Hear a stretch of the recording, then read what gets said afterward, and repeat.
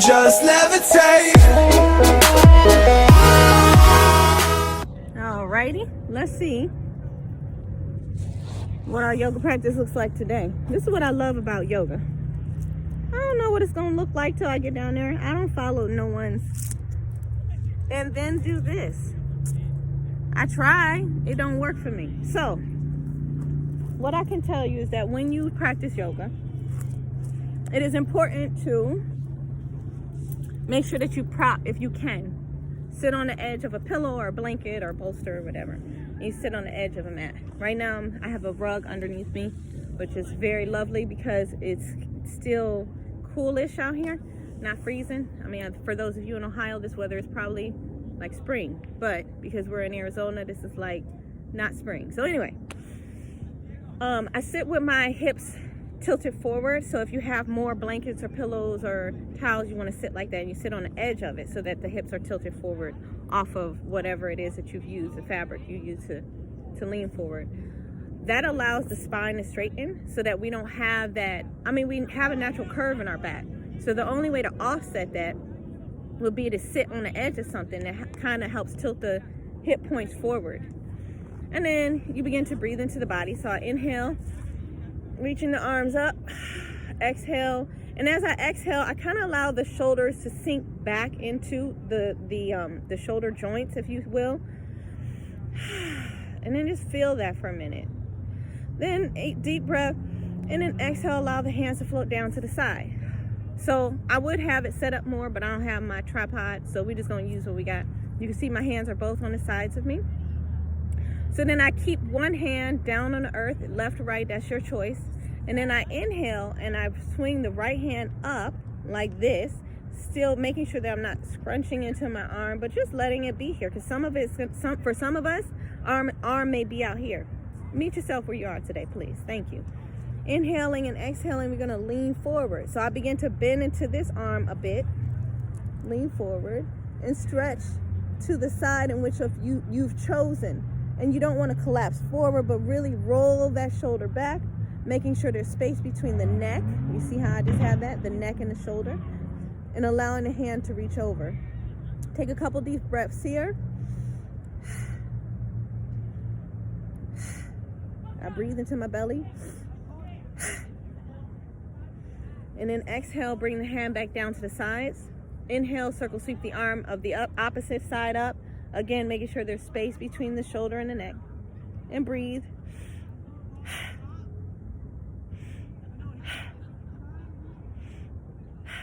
Bring the hands down to the side. Maybe bring your hands on your knees for a minute and roll the shoulders out a little bit, because sometimes doing something like that, if you haven't moved like that in a while, it can cause a little bit of discomfort. Just know that you're strengthening. You never want to hurt yourself. You may end up feeling that there's some new, experiences in the shoulder joints. Just breathe into it. If it hurts, don't do it. If it's not hurting and you know it's just building that muscle, just do it. And breathe and roll and breathe and roll. And this feels good because a lot of times most of us are sitting in front of a computer, whether you're working at home with your children, working at home on your business or your paper or whatever, or you're sitting at a desk. We're typing, we get a hunch over like this. I do it all the time because I'm working on jewelry and stuff. I'll find myself hunching like this after a while. So I still have to align myself or I'm gonna be hurting. I like to play with my son who's 10. I can't jump in trees and stuff and my body's sore like that. So breathing into the body, making sure that we keep in that alignment. Engage the core. I know I didn't mention that in the beginning. Let me say this, yoga is an active practice, very active. It may look like it's just movement, but you can flop your body all over, or you can engage your muscles as you're moving them, which is gonna help you build muscle. That's how it works. That's how you tone your body. So engaging the core, which means I've just tightened my stomach. That's the best way to explain that. There's more to it, but it's not that serious right now. Like, we're just doing our thing, you know what I mean? Just what feels good to you, right? Inhale and exhale. Let's do it again. Circle sweep the arms up. Exhale, open the arms with a slight back bend as if you're grabbing a big beach ball from behind you. Shoulders are relaxed. Neck is relaxed. And breathe. And breathe. And breathe. Coming back, straight up. Exhale, allow the hands to float down to the side. Now you can put your legs out in front of you, if you'd like. Still sitting on the edge of that pillow or blanket or bolster. And this time we're going to fold forward. This way we can get some lengthening in our back, especially again if we've just been sitting or laying or, you know, working on our stuff on the computer. That seems to be like the normal thing. And then we sit terrible in the cars too. That's a whole other thing. So inhale, circle, sweep the arms up. Exhale, fold forward. Now, if you're not ready to bend all the way forward, I would say keep the back straight. Let me see if I can show you from this angle. All right, so my legs are straight out in front of me, right? I've engaged my legs by, we call it dorsiflexor foot, I think. I might be saying the wrong thing, but the foot is flat like this, right? Kind of like Ken, Barbie's boyfriend, like his foot, like flat, you know? So anyway, dorsiflexor foot. That's going to engage the calf muscles as well as the muscles in the back of the leg. So again, remember this is an active practice. So inhale, circle, sweep the arms up. Exhale, fold forward, keep the back straight. So if you see I haven't done this, I've kept my back straight. So I may not touch my toes. It kind of just depends on where we are for the day. Some days we do and some days we don't. If you can place your hands on your shins. You can place them above your knees. I always advise to stay off the knees no matter what pose you're in. If there's some pose where your hands are touching your legs, don't touch your knees. As simple as that. Keep them safe, okay? Cool, awesome. So then we just breathe. Keeping the back straight. Deep breaths into the belly. Exhale, deep breaths. Exhale. So, back has been straightened. Now sit back up. Now, for those of you who want to take it a little further, and it's within your practice for the day, you inhale, circle, sweep the arms up. Exhale, fold forward, reach as far as you can, and maybe the back is still straightened and you're able to reach a little further. So my wrists are literally over the tips of my toes. And as I exhale, I sit back up. This way, again, I'm opening up the shoulder blades, so your rhomboids, yeah, anatomy. And then, but as well as the mid-back, you know, where I start to sometimes get a lot of tension in that mid-back, you know, especially when I've been dealing with, well, not, honestly, my kids are awesome. For the most part, I don't have too many issues, but there was a time when I was working a 9 to 5, plus dealing with the kids, I felt a lot of stress. Now that I don't work for anybody, I work with people, I collaborate with people, I really had the same issues, interestingly enough, but I still got issues. So anyway, so I'm now gonna pull this right foot in, keep the left foot straight out in front of you. I really wish I had I'm gonna see if I can get a better picture for y'all. Yeah. Hold on.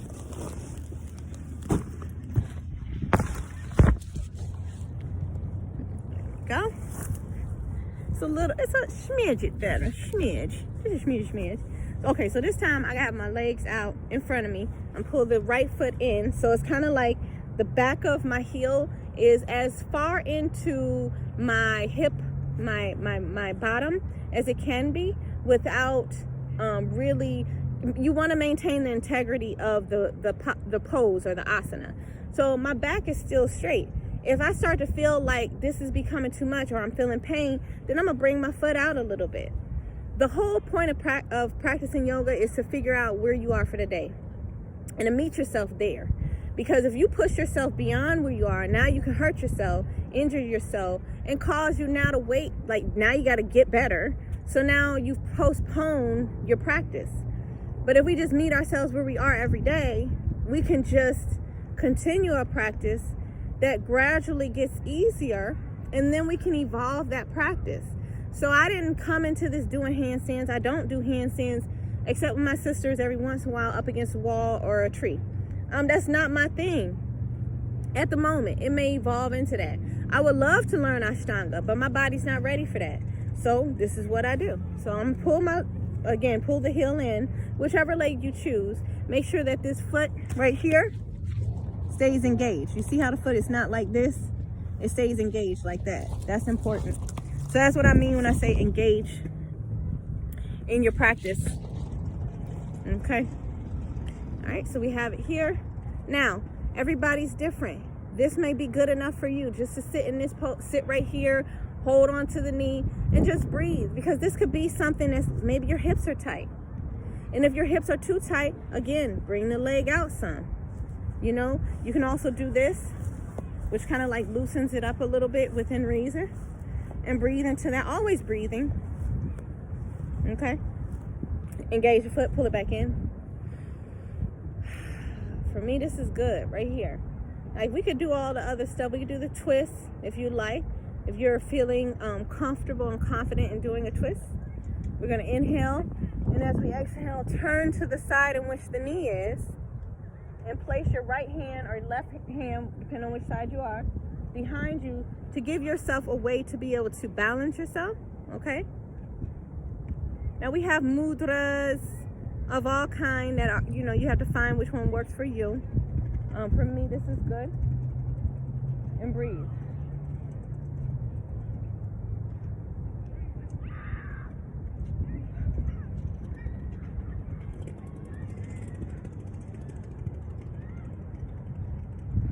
As we exhale, we come back to center. We can take that right leg back out, or whichever leg you use. Again, shaking it out a little bit helps. Breathing obviously helps. Breathing keeps us from cussing somebody out. And that's the truth.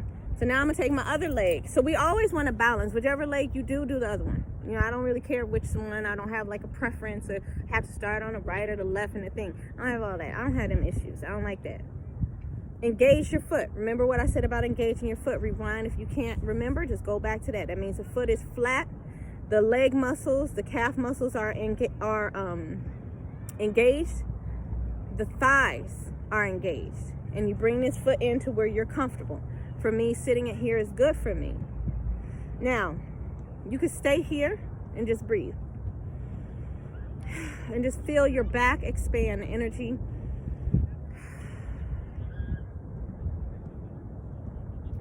Engaging the muscles that you can. If it feels too tight, release that muscle, breathe. And if you are feeling more confident and you want to move forward and twist, here we go. Twists are great because they detoxify the body. So you have the opposite hand behind you, keeping you straight so that you're not leaning back like this. Maintaining the integrity of the pose is what's important. And breathe. So foot engaged, tummy engaged, breathing deeply, exhaling, leg muscles engaged, arm muscle engaged. My arm is active. Even though my hand look like this, my muscles in my arm are activated. This is important. This is how we build muscle without even looking like we're doing nothing. Somebody want to mess with me? Boy, I'm going to give them a run for their money. Breathing.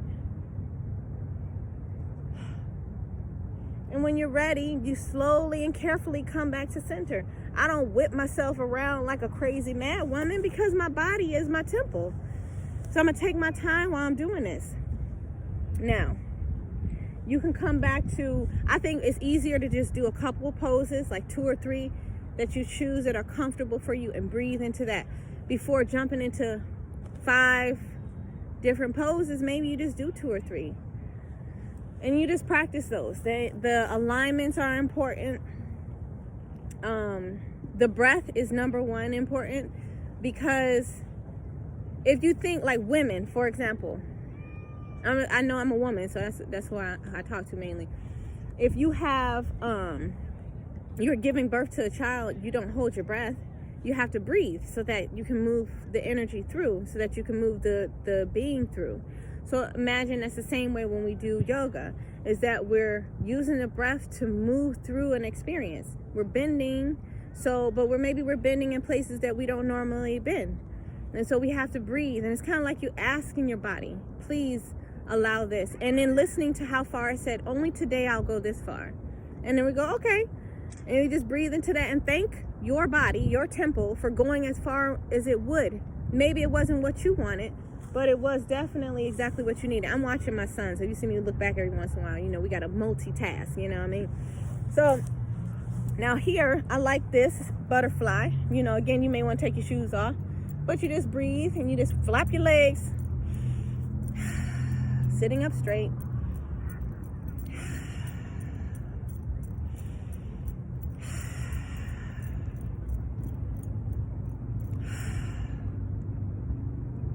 All right, so in this pose, my back is straight, my stomach is engaged. I can feel my lower abdomen engaged. So it's not just up in here, it's actually down in my womb area where I've engaged the muscles. So this allows me to strengthen again, but and lengthening and building that core muscle. You want to know why yoga teachers have abs without looking like they're doing anything? Well, we have to engage our core all the time.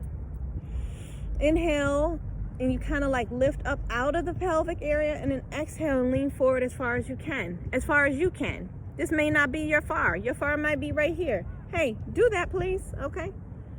And breathe. And breathe. And I always open up, if you see me doing this, I'm opening up my back body, because I felt a lot of tension in my back body. And I'm just listening to what she is asking me. What is Heavenly needing? The practice is easier than you think. All right, so then bringing my legs back together safely, straightening them out in front of me. At the end of your practice, no matter how long you do, I would ask you to give yourself, if you can give yourself 7 minutes, that would be awesome.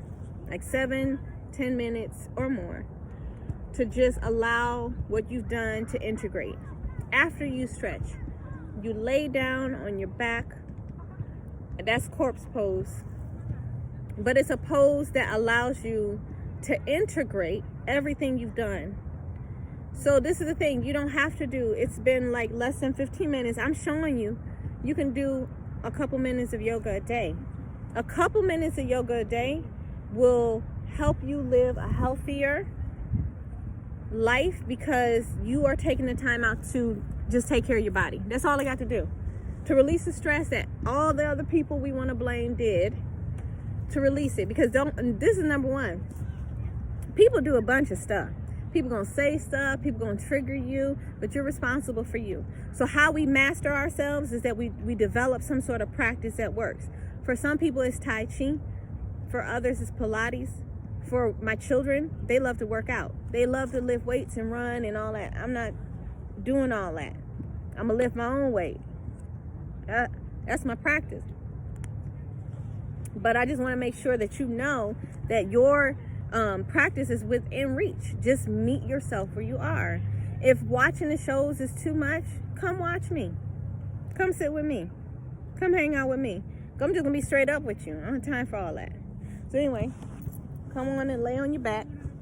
There we go.